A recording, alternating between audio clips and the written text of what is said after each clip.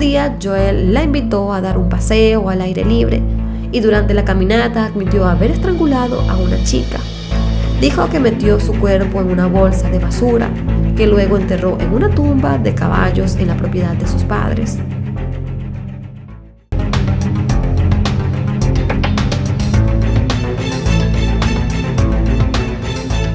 Kara Nichols nació el 20 de mayo de 1993 en Colorado Springs. Era la hija del medio del matrimonio entre Paul y Julia Nichols.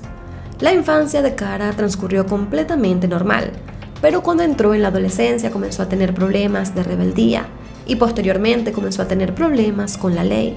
Kara fue detenida por primera vez a la edad de 13 años, luego de cometer un robo en una tienda de comestibles. Varios de sus amigos también eran rebeldes y problemáticos. Con el tiempo, Kara dejó de asistir a la escuela y unos años después, estando en secundaria, perdió el interés por completo y lo abandonó. Cuando tenía alrededor de 15 años, su perro falleció y esto le afectó muchísimo a nivel emocional y psicológico. A raíz de la pérdida de su mascota, Kara comenzó a padecer de depresión, por lo que sus padres la llevaron a varios especialistas, quienes le diagnosticaron trastorno límite de la personalidad y bipolaridad, además de la depresión. Un psiquiatra le recetó varios medicamentos para sus trastornos. En un principio ella tomó sus medicinas, pero luego de ver los efectos secundarios que varias de estas provocaban, decidió no volverlas a tomar, lo que perjudicó también su salud mental. No obstante, Kara ya había comenzado a consumir drogas teniendo solo 15 años y ya había probado desde marihuana hasta heroína, generando una gran adicción a esa sustancia. En un intento por ayudarla a encaminarse, cuando Kara tenía 16 años, Paul y Julia decidieron inscribirla en una secundaria que tenía un pensum más atractivo para ella, ya que le gustaban las artes y en sus antiguas escuelas no tenían estas inclinaciones artísticas. Afortunadamente, Kara aceptó estudiar allí y unos años después pudo graduarse de la secundaria.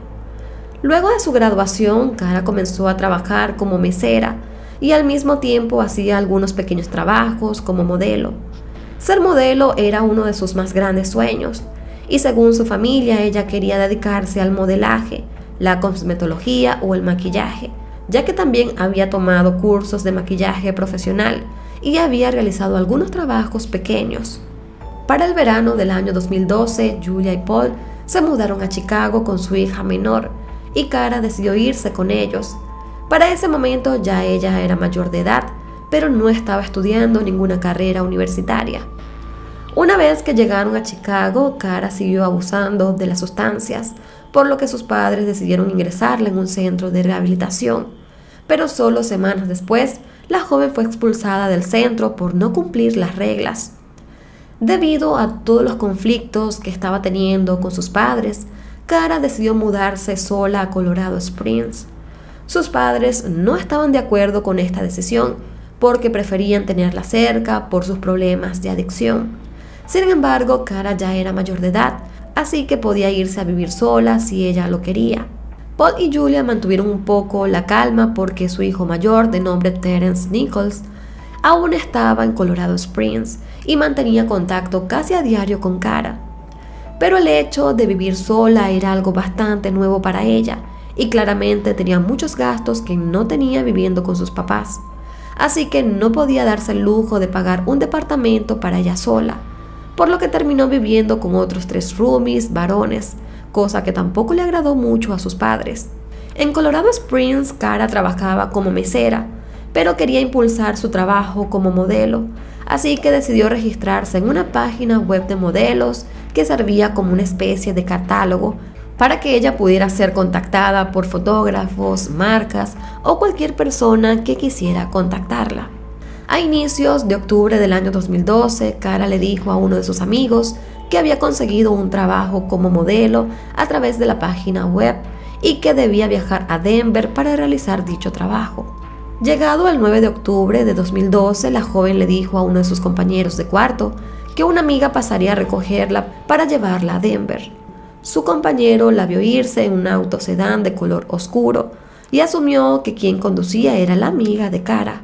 Poco antes de la medianoche, cerca de las 11:45, Cara se puso en contacto con su hermano Terry y le comentó que había conseguido ese trabajo en Denver. Este fue en sí el último mensaje que Terry recibió de su hermana. Al día siguiente, Terry notó que Cara no le había escrito para contarle cómo le fue en su trabajo, y esto le pareció bastante extraño, así que decidió llamarla, pero su teléfono sonaba apagado. Un día después, el 11 de octubre, Terry se mostró aún más preocupado porque era el segundo día sin tener noticias de su hermana, y eso no era común en ella. Por esto decidió ir hasta su casa para preguntarle a sus compañeros de cuarto si sabían algo o si había regresado a casa después del trabajo en Denver. Pero los jóvenes no sabían nada de ella desde que salió el 9 de octubre. Terry decidió ingresar a la habitación de Cara para ver si encontraba algo, pero en la habitación halló el cargador de su teléfono, su laptop, su estuche de maquillaje profesional y su billetera con su identificación y $300 en efectivo. Esto era demasiado extraño, ya que si Cara pensaba irse de la ciudad por varios días, debía llevarse todas estas cosas que eran esenciales para ella. Evidentemente esto fue una bandera roja para Terry, por lo que decidió acudir rápidamente a la oficina del sheriff del condado del Paso en Colorado, para así denunciar la desaparición de su hermana. Pero como siempre vemos en este tipo de casos, las autoridades le dijeron a Terry que Cara era una adulta y que era probable que ella solo quisiera alejarse de su familia por un tiempo, y es por esto que ella huyó sin decirles nada. No obstante, según la familia Nichols, Cara no tenía ningún motivo por el cual huir de Colorado, y mucho menos sin decirles. Ese mismo día, Julia y Paul regresaron a Colorado Springs para iniciar la búsqueda de su hija. Repartieron volantes con su foto y buscaron en cualquier rincón de la ciudad. También decidieron insistir con la policía hasta que finalmente el 14 de octubre la oficina del sheriff aceptó tomar la denuncia por desaparición y comenzar una investigación. La investigación no fue lo que la familia Nichols esperaba, ya que una de las primeras cosas que se descubrió fue que Cara se había estado promocionando en redes sociales y páginas web como Score, lo cual impresionó muchísimo a la familia porque no tenían idea de que ella estaba ofreciendo estos servicios. Pero como si no fuera poco, también descubrieron que había estado haciendo esto desde hace 2 años, es decir, cuando Cara tenía 17 años, ya estaba trabajando como acompañante, sin que sus padres lo supieran. Según las investigaciones, esta fue la forma en que Cara usó para financiar su consumo de sustancias, y se descubrió que la mayoría de los trabajos que Cara decía tener como modelo, en realidad eran trabajos como acompañante. Cuando los padres de la joven descubrieron esta información, se negaron a que esto se diera a conocer al público, ya que temían que si el agente sabía esto, dejaran de tener interés en el caso y no ayudaran con la búsqueda de Cara. Pero esto terminó sucediendo cuando la policía dijo en una rueda de prensa todo lo que había descubierto, incluyendo el hecho de que Cara era una joven trabajadora sexual, y tal como temían los padres, luego de esto el interés en el caso disminuyó drásticamente. Además de eso, la gente la juzgaba y revictimizaba. La policía también perdió algo de interés en el caso, y durante mucho tiempo se estancó. A pesar de todo esto, la familia Nichols mantuvo la esperanza de encontrarla con vida, hasta que, 10 años después, la policía obtuvo una información importante para el caso. Para enero del año 2022, una mujer llamada Christina Palmer habló con agentes del FBI sobre la presunta responsabilidad de su ex esposo de nombre Joel en la muerte de Cara. Según Christina, Joel le confesó haber matado accidentalmente a una joven que trabajaba como acompañante en el 2012. Christina aseguró que la confesión se produjo en noviembre de 2014, luego del fallecimiento del padre Joel. En esta ocasión, ella acudió al funeral de su ex suegro y estuvo cerca de la familia por esos días. Un día, Joel la invitó a dar un paseo al aire libre y durante la caminata admitió haber estrangulado a una chica. Dijo que metió su cuerpo en una bolsa de basura que luego enterró en una tumba de caballos en la propiedad de sus padres. Christina también le dijo a las autoridades que estaba muy segura de que los padres de Joel sabían lo que él había hecho, pero lo encubrieron. Supuestamente, Joel le dijo que sentía culpa de la muerte de su padre, porque creía que había estado mucho tiempo guardando ese secreto y le había afectado emocionalmente. Luego de la declaración de Christina, Joel, de 47 años de edad, fue arrestado la mañana del 7 de febrero de 2022 por un cargo no relacionado al caso de Cara. Cuando se le comentó a Joel sobre el caso, él negó rotundamente ser responsable de su desaparición y también negó haberla conocido en algún momento. A raíz de la declaración de Christina, las autoridades también entrevistaron a Betty, quien vendría siendo la madre de Joel.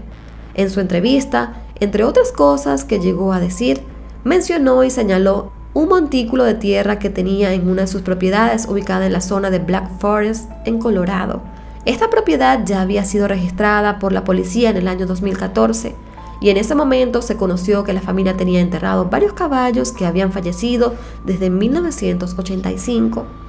En la entrevista, la policía le pidió a Betty que señalara algunos puntos donde la tierra había sido removida, y ella explicó que en todas esas áreas estaban enterrados sus caballos, aunque resaltó uno en particular donde supuestamente estaba su caballo favorito de nombre Milo. A los oficiales les llamó la atención el lugar, así que el 6 de febrero de 2022 decidieron enviar a un equipo para que excavara el área. Luego de excavar aproximadamente 1 metro de profundidad, encontraron una bolsa de basura negra y dentro habían restos humanos que posteriormente se identificaron como los de Cara Nichols. Tras el descubrimiento del cuerpo de Cara, se dieron a conocer más detalles de la investigación que no se conocieron antes. En el año 2014, la policía ya había investigado a Joel y había registrado también esa propiedad. En aquella ocasión fue porque se descubrió que Cara había estado usando un número de teléfono alterno al momento de su desaparición, el cual había publicado en las redes sociales y que ella usaba para promocionar sus servicios de acompañante. Al obtener los registros telefónicos de este número, las autoridades descubrieron que el 9 de octubre del 2012 se registraron 8 llamadas hacia un mismo número, entre las 9:58 de la noche y las 11 de la noche. También se descubrió que el teléfono de Cara se usó por última vez a las 11:59 de esa noche. La policía no había podido rastrear a quién le pertenecía el otro número de teléfono, así que este fue publicado en medios de comunicación, y días después Joel se comunicó con ellos y dijo que era el dueño de dicho número. Joel fue entrevistado y admitió haber conversado con Cara, luego de ver su publicación en donde ofrecía sus servicios de acompañantes, pero aseguró que nunca la conoció en persona. Joel también afirmó que ese día ellos se habían estado comunicando por teléfono para concretar un encuentro, pero al final la joven dejó de responderle y nunca concretaron nada. Sin embargo, las autoridades triangularon las llamadas y la ubicación del teléfono de Cara, y así pudieron obtener una breve cronología del recorrido que hizo la joven aquella noche. Según esta cronología, Cara había salido de su casa alrededor de las 9 de la noche, y la última ubicación que se tiene registro es en el lugar donde Joel estaba, donde su teléfono dejó de funcionar a las 11:59 de la noche. Debido a todos estos indicios, la casa de Joel fue allanada el 15 de octubre de 2014 y diferentes agentes policiales acudieron al lugar para así excavar y buscar cualquier pista o indicio que confirmara que Cara estuvo allí. Pero como mencioné anteriormente, en el terreno habían varios montículos de tierra removidos, y en el momento del allanamiento, Betty le dijo a los detectives que en esas áreas eran donde enterraban los restos de los animales de la granja que morían, sobre todo los caballos. Y por alguna razón inexplicable, las autoridades le hicieron caso a Betty y no excavaron ninguna de las áreas. Además de esto, Betty los guió a una propiedad a la que Joel tenía acceso, la que estaba ubicada a pocos metros de la propiedad principal. En esta segunda propiedad, las autoridades sí excavaron un sitio que parecía ser una tumba del tamaño de un humano, pero allí no encontraron absolutamente nada. Debido a que en ninguna de las propiedades de la familia se encontró el cuerpo de Cara y que no había evidencia contundente que pudiera vincular a Joel con la desaparición de la joven, la policía no pudo obtener una orden de arresto, y el caso quedó estancado con el principal sospechoso libre. Ahora, teniendo en cuenta que en el 2014 Betty guió a la policía a la otra propiedad e insistió que las tumbas eran de caballos, quedaba bastante claro que, tal y como los dijo Cristina, Betty y su esposo encubrieron a su hijo durante estos últimos años. Sin embargo, ella nunca fue acusada. En un principio, Joel fue acusado de asesinato en segundo grado y manipulación de pruebas, pero luego la fiscalía elevó el cargo a asesinato en primer grado. Previo al juicio de Joel, se supo que él tenía condenas previas por acoso y por violar órdenes de protección, pero la defensa presentó una moción para que estos registros no se pudieran presentar ante el jurado y el juez los aceptó. La parte acusadora fue liderada por la fiscal Cristina Perroni, quien dio a conocer los detalles de la investigación a lo largo del juicio y presentó la teoría de que Joel había atraído a Cara ofreciéndole dinero y drogas a cambio de sexo, con la intención de acabar así con su vida. Es decir, la fiscalía argumentaba que el crimen fue premeditado. Por su parte, la defensa de Joel sostuvo que la muerte de Cara fue accidental y que esta fue causada por el consumo de drogas. Según la defensa, Cara habría sido asfixiada accidentalmente por Joel mientras mantenían relaciones sexuales en su auto y perdió el conocimiento debido al efecto de las drogas en su cuerpo. Durante el juicio, la defensa resaltó que Cara era trabajadora sexual y que su consumo de drogas era excesivo, lo que probablemente hizo que el jurado la viera con unos ojos quizás menos empáticos. Durante el juicio continuaron retratando a Cara de muy mala manera, calumniándola, difamándola. Esto anuló cualquier posible simpatía a los ojos del jurado y la describió como una víctima indigna. Por otra parte, Christina Palmer, la ex esposa de Joel, fue una de las testigos principales del juicio, y la mujer relató la confesión de Joel, la cual le hizo en noviembre del año 2014. Me dijo que se asustó porque no sabía qué hacer y que la enterró en la propiedad de sus padres. Algunos oficiales destacaron que las declaraciones de Cristina fueron esenciales para dar con el paradero del cuerpo de Cara y para arrestar a Joel, aunque también aseguraron que había intentado localizarla desde hace mucho tiempo, pero debido a que se había mudado a Virginia y que no respondía a las llamadas, la entrevista no se pudo concretar hasta el año 2022. Otro testigo del juicio fue el médico forense del condado del Paso, el Dr. Leon Kelly, quien llegó a la conclusión de que Cara había muerto por estrangulamiento, aunque no se pudo descartar que el consumo de heroína pudiera haber influido en su muerte. Kelly tampoco pudo descartar la teoría de la defensa de que Joel había estrangulado accidentalmente a Cara mientras mantenían relaciones sexuales y que debido al consumo de heroína ella quedó inconsciente.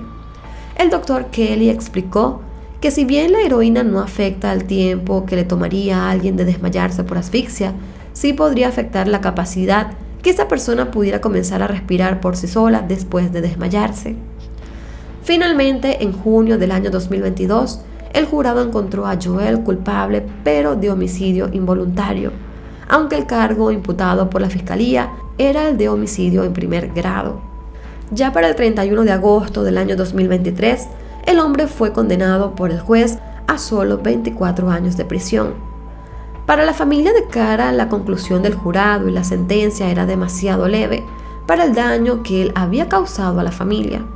Como parte de la lectura de las declaraciones de impacto a la víctima, varios amigos y familiares de Cara decidieron declarar. Una de ellas fue una amiga de Cara, quien llegó a afirmar: Joel es un monstruo, ni siquiera podría describirlo como persona. Es alguien que en la corte, mucho de su pasado y sus comportamientos repugnantes fueron reprimidos, y nadie pudo saber la verdad real del tipo de personaje y persona que es Joel. Para Terry Nichols, el hermano de Cara, la condena que recibió Joel fue el resultado de la estrategia de la defensa de culpar a la víctima, quien presentó a Cara como una trabajadora sexual experimental y una drogadicta, en vez de una víctima de un crimen.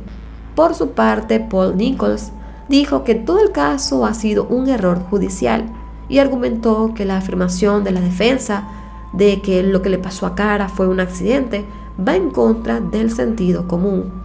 La familia también resaltó que Joel no mostró ningún tipo de remordimiento durante el juicio, ni siquiera cuando le dictaron la sentencia. Incluso varios testigos dijeron que él esbozaba una leve sonrisa mientras ellos hacían sus declaraciones sobre el impacto a las víctimas.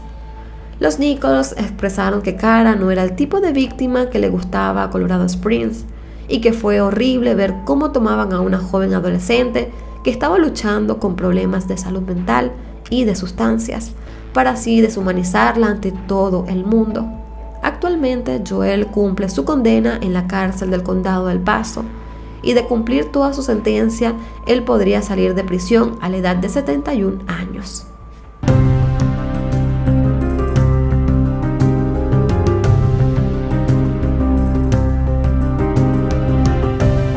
Kiara Páez Camargo nació en el año 2001 en la provincia de Santa Fe, Argentina. Sus padres eran Verónica Camargo y Fabio Páez, quienes se separaron cuando Kiara era tan solo una niña.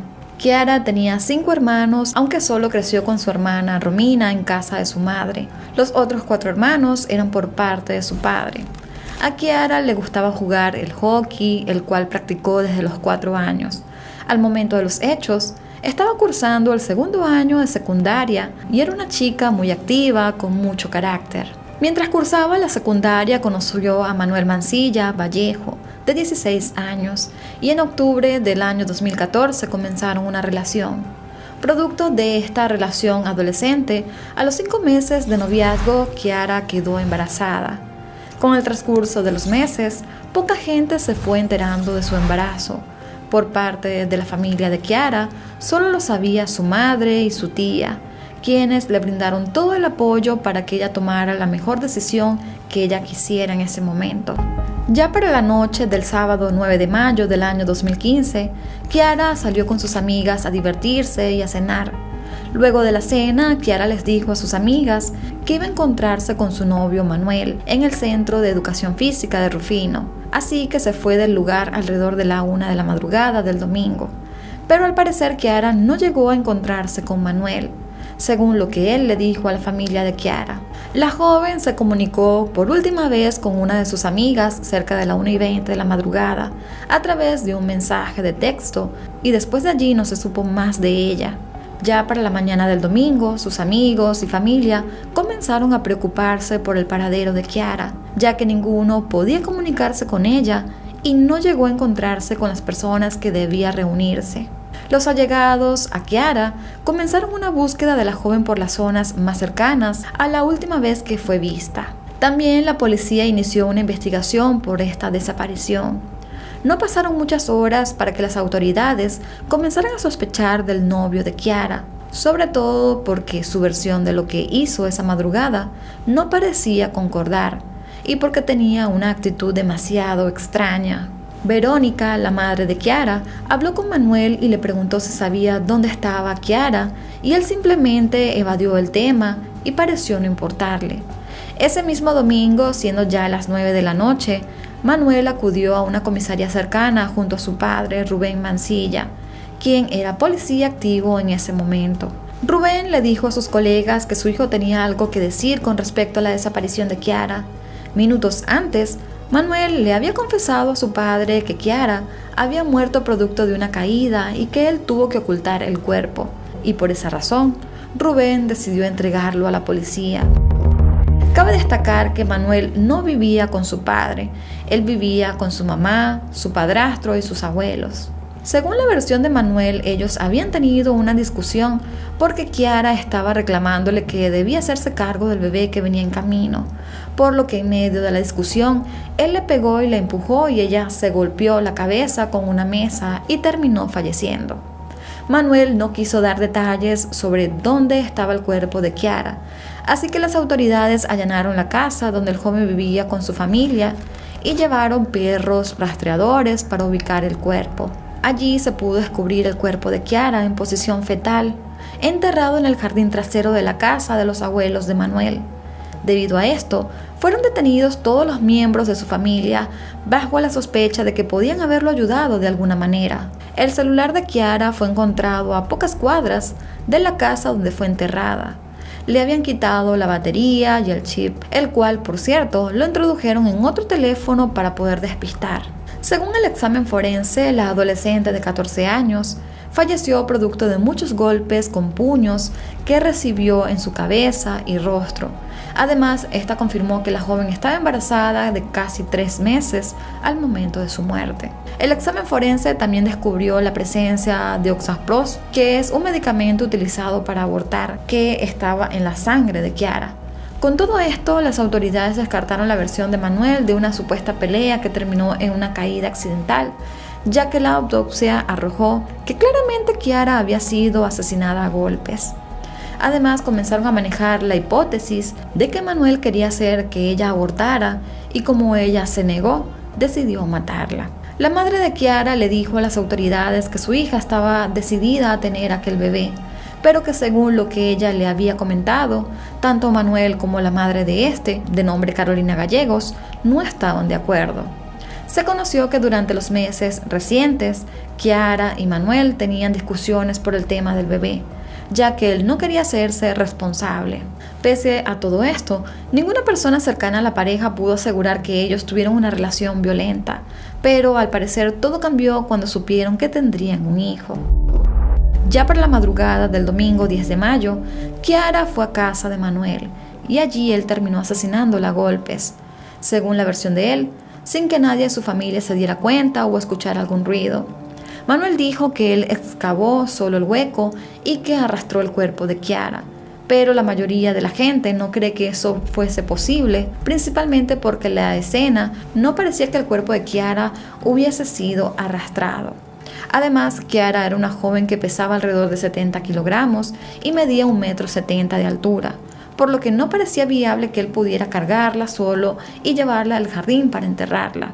Las autoridades creyeron que los familiares que estaban dentro de la casa tuvieron que ayudarlo al menos a trasladar el cuerpo, y por esta razón su madre Carolina Gallegos, de 34 años, y su padrastro Carlos Cerrato, de 43 años, fueron también detenidos, al igual que sus abuelos, quienes poco después fueron liberados. Manuel confesó que había hecho un hueco de 80 centímetros de profundidad aproximadamente, porque quería hacer pozos para practicar. Se conoció que el padrastro de Manuel hacía también trabajos de excavación y que tenía todas las herramientas para hacer un hueco perfecto como el que se había encontrado. Esto hay que destacarlo porque el lugar donde se encontró el cuerpo de Kiara estaba bien rastrillado y pisado. También se conoció un dato bastante perturbador, y es que el domingo, mientras todos los familiares y amigos de Kiara estaban buscándola, Manuel y su familia hicieron un asado en el jardín, donde estaba también enterrado el cuerpo. Luego de varios meses, la policía no pudo encontrar pruebas de que los demás familiares de Manuel tuviesen algo que ver o estuviesen involucrados con el asesinato de la joven. Así que para el 8 de agosto del año 2015, todos terminaron siendo liberados. Pero para aquel momento, Manuel sí siguió en prisión preventiva a la espera de su juicio. Más de 2 años después del terrible crimen, en noviembre del año 2017, se llevó a cabo el proceso judicial contra Manuel Mancilla, quien ya para ese momento contaba con 18 años. Lamentablemente no hay mucha información sobre el juicio, debido a que para aquel momento tanto Manuel como Kiara eran menores de edad, y estos hechos o la información quizás más relevante que todos quisiéramos saber se ha mantenido en privado. Pese a su confesión, Manuel alegaba que todo había sido un accidente, aunque las pruebas indicaban todo lo contrario. La pastilla abortiva, la golpiza y haberla enterrado en una fosa en el jardín de su casa daban a entender que él realmente quería asesinar a Kiara para que ella no tuviese a ese bebé. La fiscalía argumentó que el crimen de Kiara fue cometido en un contexto de violencia de género y destacó la falta de arrepentimiento de Manuel y actuar al día siguiente como si nada hubiese pasado. Manuel sostuvo que él actuó solo y que no fue ayudado por ningún miembro de su familia, aunque las probabilidades de que esto sucediera fuesen muy bajas. Finalmente, el 8 de septiembre del año 2017, el juez de menores de nombre Javier Pardo sentenció a Manuel Mancilla a 23 años y 8 meses de prisión. Sin embargo, tiempo después, esta condena fue reducida a 21 años y 6 meses. La condena que debía recibir Manuel por este crimen era de 35 años, pero esta se vio reducida por ser un menor de edad al momento de los hechos. La defensa de Manuel también apeló la decisión del juez y en el año 2018 la Cámara de Apelaciones confirmó su sentencia. Luego introdujeron nuevamente una apelación, pero esta ante la Corte Suprema de la provincia de Santa Fe, quienes lamentablemente el 11 de febrero de 2022 ordenó que se revisara la sentencia de Manuel Mancilla y se modificó su condena consecuente con la Ley Penal Juvenil. Según esta ley, la pena que debería recibir Manuel por este crimen es de 10 o 15 años, lo cual podría verse reducida incluso a 7 años, debido a que en Argentina muchos reclusos, al cumplir la mitad de su condena, pueden recibir beneficios como las salidas transitorias. El caso de Kiara Páez desató uno de los movimientos más grandes con respecto a los derechos de las mujeres en Latinoamérica. Ya para el 3 de junio de 2015 se realizó también una manifestación multitudinaria bajo la consigna de Ni Una Menos, llevado a cabo en más de 80 ciudades en Argentina.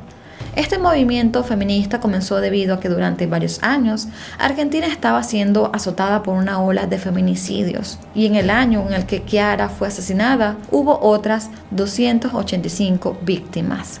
El Ni Una Menos se extendió a muchos sitios de Latinoamérica como México, Perú, Chile, Ecuador y Uruguay, así como otros países de Europa como España. Esto logró que por primera vez el Estado argentino se preocupara por hacer políticas públicas al respecto, con la intención de prevenir y ayudar a las víctimas de violencia doméstica, aunque como sabemos no todas han sido totalmente eficaces. Ya desde el año 2015, todos los 3 de junio se ha llevado a cabo también marchas para exigir el fin de la violencia contra la mujer, así como los derechos a favor de la igualdad de género. Hello?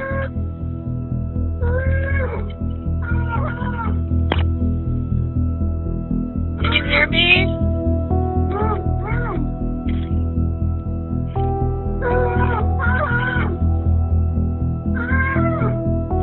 What's going on there?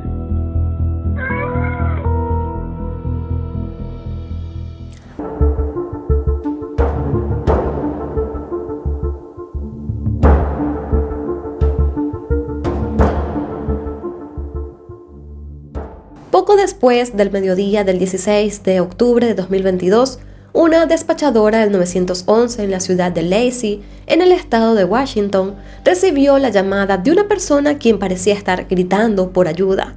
La operadora le preguntó repetidamente si tenía una emergencia o si estaba en peligro, pero no obtuvo una respuesta clara, más que unos aparentes gritos ahogados. Hello? Por más que intentaba comunicarse con la persona detrás del teléfono, esta no le daba una respuesta clara. Sin embargo, la operadora pensaba que esta persona estaba necesitando algún tipo de ayuda, así que se rastreó la llamada hasta una posible zona y se envió una patrulla al lugar, mientras la llamada seguía activa, aunque en silencio. El lugar desde donde se produjo la llamada era en el vecindario de Roosevelt Street, específicamente en la cuadra 3800. Mientras pasaban por esa calle, los oficiales que acudieron al lugar vieron una casa que tenía el portón del garage completamente abierto, pero no había nadie dentro y tampoco un vehículo. Se conoció que la casa pertenecía a una familia de origen asiático y que no era la primera vez que la policía acudía a dicha casa por problemas de violencia doméstica. En la casa vivían John Suk Ahn, de 42 años, y sus 2 hijos, Crystal, de 20, y otro niño de 11 años, quien no ha sido identificado públicamente. John estaba casado con Chae Kyung Ahn, de 53 años, pero en ese momento estaban en proceso de divorcio, por lo que Chae no vivía en la casa. Se supo que más de un año antes, en agosto del año 2021, la policía acudió a la casa por una llamada de John en la que aseguraba que su esposo la había agredido físicamente. En esa ocasión, Chae había golpeado a John y le rompió su celular. Luego de la denuncia, John obtuvo una orden de restricción en contra de Chae por violencia doméstica y Chae se mudó de la casa. Posteriormente, esta orden fue revocada, pero John continuó con todo el proceso de divorcio. Mientras los oficiales intentaban averiguar dónde estaba Jung o algún miembro de la familia, los dos hijos de la pareja llegaron en el auto de la hija mayor, Crystal. Crystal le dio permiso a los oficiales de entrar a la casa para así buscar evidencias. Una vez adentro notaron que había señales de lucha. La casa estaba revuelta y sobre todo la habitación de Jung Suk. En el suelo encontraron el Apple Watch de Jung Suk, el cual aún tenía activa la llamada del número de emergencias, pero estaba roto. También se halló el teléfono de Jung Suk roto. La hija de la pareja le dijo a la policía que esa mañana de domingo habían asistido a la iglesia y que cuando regresaron a la casa cerca del mediodía, su padre estaba estacionado frente a la casa. A Crystal esto no le parecía algo inusual, ya que pese a que estaban en proceso de divorcio, luego de que se revocó la orden de restricción en contra de su padre, los fines de semana él iba a lavar la ropa a la casa familiar. Sin embargo, Crystal dijo que poco después de llegar a casa, su madre le pidió que saliera con su hermano a hacer unas compras para tener privacidad y conversar con Chae. Crystal salió con su hermano en el auto y los llevó a comer helado. Los chicos regresaron a la casa solo media hora después, cuando la policía ya estaba en el lugar. La joven añadió que mientras manejaba de regreso a la casa, recibió un mensaje, pero como estaba manejando no revisó su celular. Recién cuando llegó a la casa y agarró su teléfono, vio que era un mensaje de emergencia que su madre le había enviado con la ubicación de la casa. Unos minutos después, la mejor amiga de Jung llegó a la casa y le dijo a la policía que había decidido ir porque recibió un mensaje de emergencia con la ubicación de la casa, y este también era de parte de Jung Suk. La amiga dijo que en un principio intentó llamar a Jung pensando que el mensaje podría haber sido una falsa alarma, pero como no pudo comunicarse, se preocupó y decidió conducir a la casa. Afirmó que su preocupación era porque sabía sobre los antecedentes de violencia que había ocurrido entre la pareja y que estaban en un proceso de divorcio. En este punto, para la policía, Chae era el posible agresor y sospechoso de la desaparición de Jung, debido a los antecedentes familiares mencionados y por haber sido la última persona en entrar con ella antes de ambos desaparecer. Pero luego de recopilar videos de varias cámaras de seguridad de casas vecinas, la policía comenzó a pensar que Jung había sido víctima de un posible secuestro por parte de su expareja. En uno de los videos se podía ver la camioneta de Chae ingresando al garage de la casa. Crystal pudo confirmar que el hombre que manejaba ese auto era su padre. Luego la cámara captó cómo el auto salió rápidamente del garage. Otras imágenes mostraron al auto cruzándose a toda velocidad con la patrulla de policía que conciencialmente se dirigía a la casa. También fue grabado por otras cámaras pasando por las calles del vecindario. Y con todo esto, la policía decidió emitir una alerta de persona desaparecida. En el aviso pusieron las fotos de Jung Suk y Chae Ki-young, así como las fotos de los autos de la pareja, ya que ninguno de los dos autos estaba en la casa. Los avisos se difundieron en redes sociales y también a los diferentes cuerpos policiales de los condados de Thurston y Pierce. Sin embargo, cerca de la 1 de la mañana del 17 de octubre, es decir, al día siguiente, la oficina del departamento del sheriff del condado de Thurston recibió una llamada de un residente diciendo que una mujer angustiada había llamado a su puerta y que en ese momento estaba escondida en el cobertizo de su patio. Unos oficiales acudieron al lugar y al acercarse al cobertizo encontraron a una mujer asiática que estaba completamente aterrorizada e histérica y que incluso se abalanzó sobre uno de los oficiales para pedirle ayuda. Se trataba de Jung Suk, quien estaba llena de moretones en todo su cuerpo. Tenía cinta adhesiva en el cuello y los tobillos y estaba llena de tierra. Además tenía heridas de arma blanca en sus senos. Ella inmediatamente dijo: «Mi marido está intentando matarme, ayuda, todavía está en algún lugar del bosque». Inmediatamente Jung fue trasladada a un hospital para recibir el tratamiento necesario por sus heridas. Mientras tanto, la policía buscaba activamente a Chae y conversaba con Jung para saber qué había sucedido. Según el relato de la mujer, ese día ella y sus hijos fueron a la iglesia como todos los domingos. Luego, cerca del mediodía, regresaron a casa y Chae estaba esperando afuera. Tanto Crystal como Jung pensaron que él estaba allí para lavar su ropa como lo hacía todos los fines de semana. Sin embargo, cuando entraron a la casa, Chae y Jung comenzaron a hablar sobre temas económicos y del divorcio, por lo que Jung le pidió a Crystal que se llevara a su hermano menor a un centro comercial cerca para que hicieran una especie de compras mientras ellos conversaban cosas de adultos. En realidad no necesitaban comprar nada en específico. Jung solo quería que sus hijos salieran de la casa para que ella pudiera hablar con más privacidad sobre esos temas delicados. Luego de que sus hijos se fueran, Chae y Jung comenzaron a hablar seriamente sobre su divorcio y esto generó una discusión que derivó en que Chae se enojara y comenzara a gritarle. Debido a esto, Jung le puso un punto final a la conversación y le pidió a Chae que se fuera de la casa, mientras que ella subió a su habitación para cambiarse de ropa, pero Jung nunca se imaginó lo que sucedería después. Una vez que ella estaba en la habitación, Chae subió molesto y la sorprendió con un golpe en la cabeza. Luego comenzó a golpearla repetidamente hasta que la tiró al suelo. Jung estaba totalmente confundida por lo que estaba sucediendo y mientras intentaba volver en sí, Chae tomó una cinta adhesiva gruesa, le ató las manos en la espalda, también le ató los tobillos y los muslos y la boca y le vendó sus ojos. Chae hacía todo esto mientras le gritaba a Jung que prefería matarla antes que darle el dinero de su jubilación. Después de atarla y amordazarla, Chae salió de la casa por unos minutos. Luego se supo que en ese tiempo lo que Chae hizo fue tomar el auto de Jung y conducirlo hasta una carretera cercana para abandonarlo y así desviar las posteriores investigaciones. Cuando Chae salió de la casa, Jung notó que tenía un Apple Watch en su muñeca e hizo todo lo posible por marcar al 911 y enviar los mensajes de alerta a sus contactos de emergencias. Por esto, en la llamada del 911 solo se pueden escuchar como gritos ahogados, porque en realidad era Jung gritando por ayuda, pero como ella tenía la boca tapada, no se escuchaba nada bien.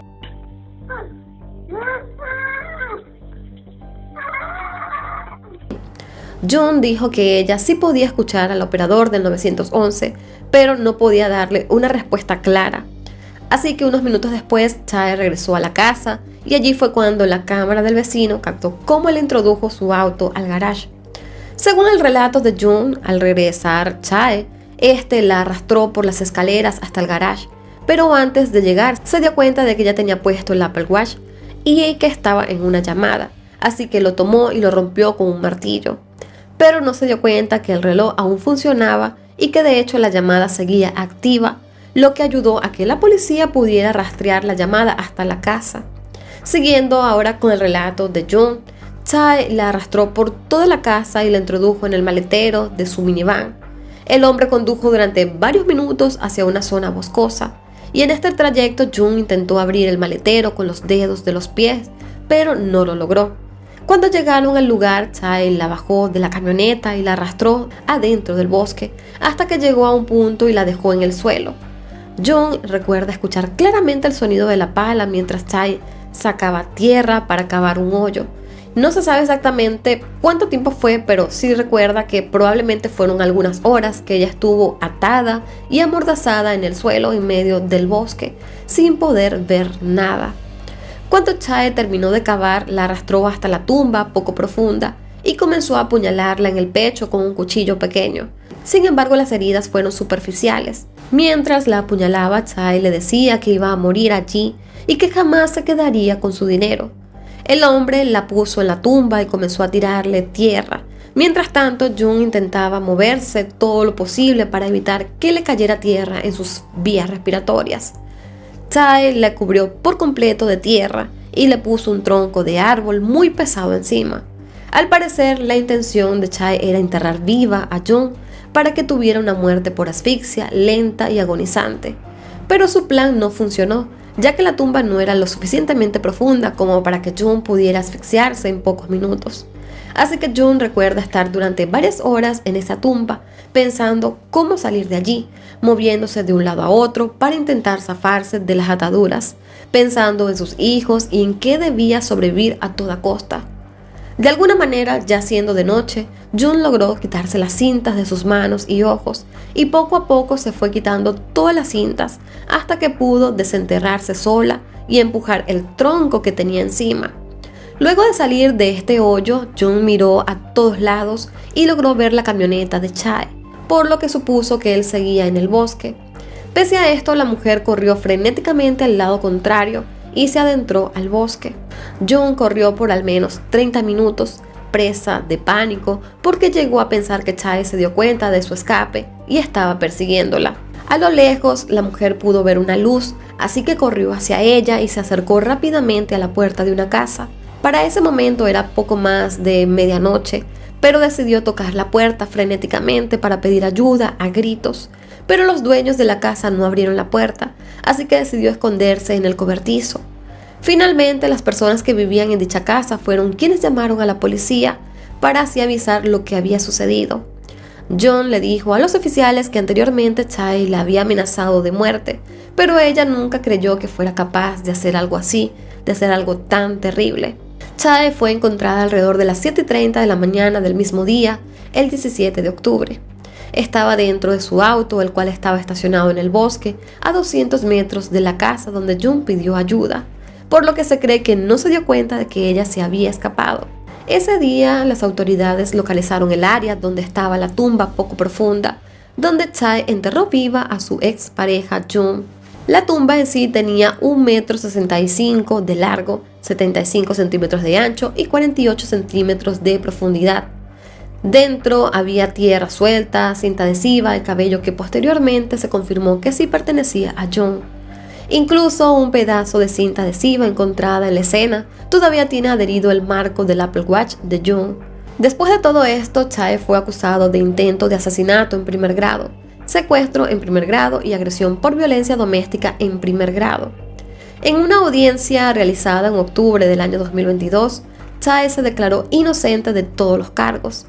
En la próxima audiencia se debatió si el hombre debía salir en libertad bajo fianza, y en esa oportunidad el abogado de Jung Suk leyó un documento en el que ella pedía al juez que no se le diera libertad bajo fianza y dijo: por favor, que no tenga libertad bajo fianza, tengo mucho miedo por mi vida, solo quiero enfatizar que le temo mucho y que me matará de nuevo si sale. La fiscal a cargo solicitó al tribunal que no fije ninguna fianza para Chae, ya que existe la posibilidad o la preocupación de que éste pudiera cometer otro delito violento o interferir en el caso. Por su parte, el defensor público de Chae pidió una fianza de $150,000, argumentando que su cliente no tiene condenas penales previas ni antecedentes de no comparecer ante un tribunal. También sugirió que Chae era un veterano con más de 30 años de experiencia, que podía tener alguna condición de salud mental relacionadas con el servicio militar, las cuales deberían ser atendidas más adelante. Se conoció que John le había dicho a los oficiales que le tenía mucho miedo a Chae, porque él había trabajado en el área de inteligencia para el ejército estadounidense. Actualmente, Chae Kyung-an se encuentra detenido en la cárcel del condado de Thurston sin derecho a fianza. Por su parte, el comisionado del tribunal no fijó ninguna fianza después de encontrar pruebas suficientes para los delitos que se les acusan. También se le prohibió a Chae contactar a John. Hasta los momentos esto es todo lo que se sabe del caso de Jung Suk. Aún no se ha llevado a cabo un juicio y tampoco se tiene una fecha tentativa para este juicio, así que se espera que esta información se conozca en los próximos meses. De llevarse a cabo el juicio, es probable que se pueda conocer más información sobre la vida de la pareja y su matrimonio, así como la resolución judicial del caso y también la condición de salud mental de Chae, porque existe la posibilidad de que si él realmente tuvo ese antecedente de que perteneció a algún grupo militar, se ha escuchado mucho, se sabe mucho que en muchas ocasiones terminan teniendo muchos problemas serios de salud mental, pero hay que esperar el juicio para ver qué se va a alegar en este caso, pero es evidente que sí es un peligro para su expareja. Es un peligro para Jung porque no se sabe si este hombre al estar libre puede intentar nuevamente agredirla o hacer algo con el resto de su familia.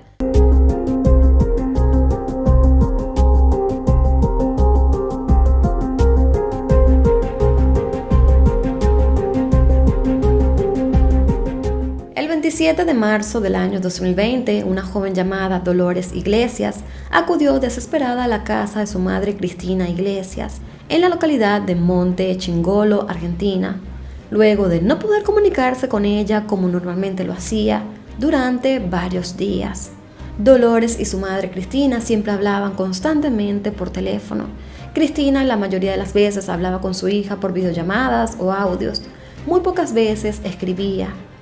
Dolores ya tenía varios días recibiendo respuestas de parte de su madre por mensajes escritos y con una manera de escribir extraña y evasiva.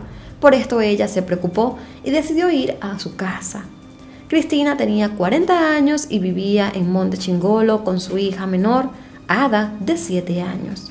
Para el 27 de marzo del 2020, habían pasado ya 5 días del inicio del aislamiento social preventivo y obligatorio impuesto por el gobierno argentino debido a la pandemia. Cuando Dolores llegó a la casa de Cristina, se encontró con el novio de su madre llamado Abel Romero, quien tenía 27 años. Abel vivía con Cristina desde noviembre de 2019. Dolores le preguntó a Abel por su madre y su hermana, y ésta le dijo que ellas se habían ido a casa de una vecina, pero una vez que Dolores acudió a casa de esta supuesta vecina, Abel se fue corriendo de la casa sin decir nada más. Dolores volvió a la casa y comenzó a revisar todo. En la habitación de su madre encontró sangre que había sido lavada, en la cama y en las paredes. Para Dolores esto fue una señal de alerta, por lo que llamó rápidamente a las autoridades para denunciar la desaparición de Cristina y de Ada. La policía allanó la casa de Cristina y encontraron sus documentos de identificación y sus llaves, por lo que se pensó que ellas nunca habían salido de la casa. Así que el 29 de marzo llevaron perros rastreadores de cadáveres para ayudarlos a buscar alguna pista. Tan pronto los perros ingresaron al patio de la casa, comenzaron a ladrar y justo en un lugar donde había tierra removida, las autoridades cavaron en esa zona y encontraron en una fosa bastante profunda los cuerpos de Cristina y Ada envueltos en una manta. Se determinó que ambas habían muerto a puñaladas 4 días antes, es decir, el 25 de marzo. El mismo día que encontraron los cuerpos, es decir, el 29 de marzo, Abel Alejandro Romero Lugo, de 27 años, fue arrestado. Se supo que luego de su fuga el hombre había visitado a la madre de su hijo, a una amiga y a una hermana, donde finalmente este fue encontrado. Un día después de su arresto, dio su primera versión de los hechos. Abel aseguró que Cristina había sido asesinada por una deuda que tenía con un narcotraficante y que Ada fue asesinada para no dejar testigos. Pero dijo que a él lo dejaron vivo para que limpiara la escena del crimen y lo amenazaron de muerte si daba aviso a la policía. Sin embargo, luego de ser confrontado con las pruebas, este decidió confesar frente al fiscal Jorge Grieco durante más de 1 hora. Abel dijo que Cristina siempre le reprochaba porque le era infiel con mujeres mucho más jóvenes que ella y que la noche del 25 de marzo ellos estaban consumiendo alcohol, marihuana y ribotril, que viene siendo un medicamento, y que luego Cristina quería tener relaciones sexuales, pero él se negó. Según Abel, su negativa ante la propuesta provocó que Cristina enfureciera y comenzara a agredirlo.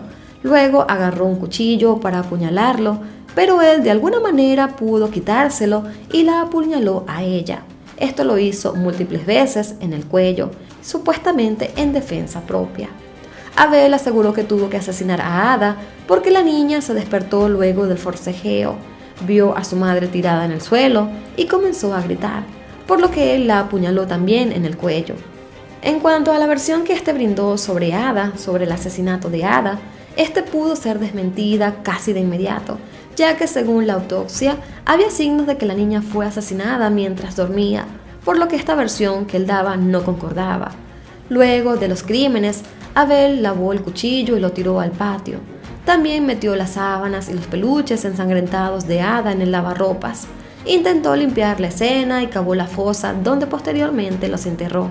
Las horas y días siguientes, Abel tomó el teléfono de Cristina y contestó todos los mensajes que su hija le enviaba.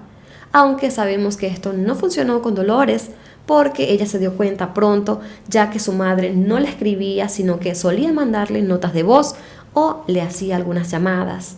En un principio, Abel fue acusado por la Fiscalía de doble homicidio agravado por alevosía, ya que la fiscal a cargo, Leila Selem, se negaba a juzgar el caso como un feminicidio. Sin embargo, gracias a la presión de los abogados de la familia de Cristina, se pudo cambiar la acusación y se le imputó el agravante de violencia de género. lo que lo convirtió en un caso de feminicidio. Los abogados afirmaron que este era el cargo correcto debido a que Abel tenía una relación sentimental con Cristina y este vínculo podía usarse como agravante. Por su parte, la defensa solicitó que los cargos fueran por doble homicidio simple, ya que Abel había admitido su responsabilidad en el crimen.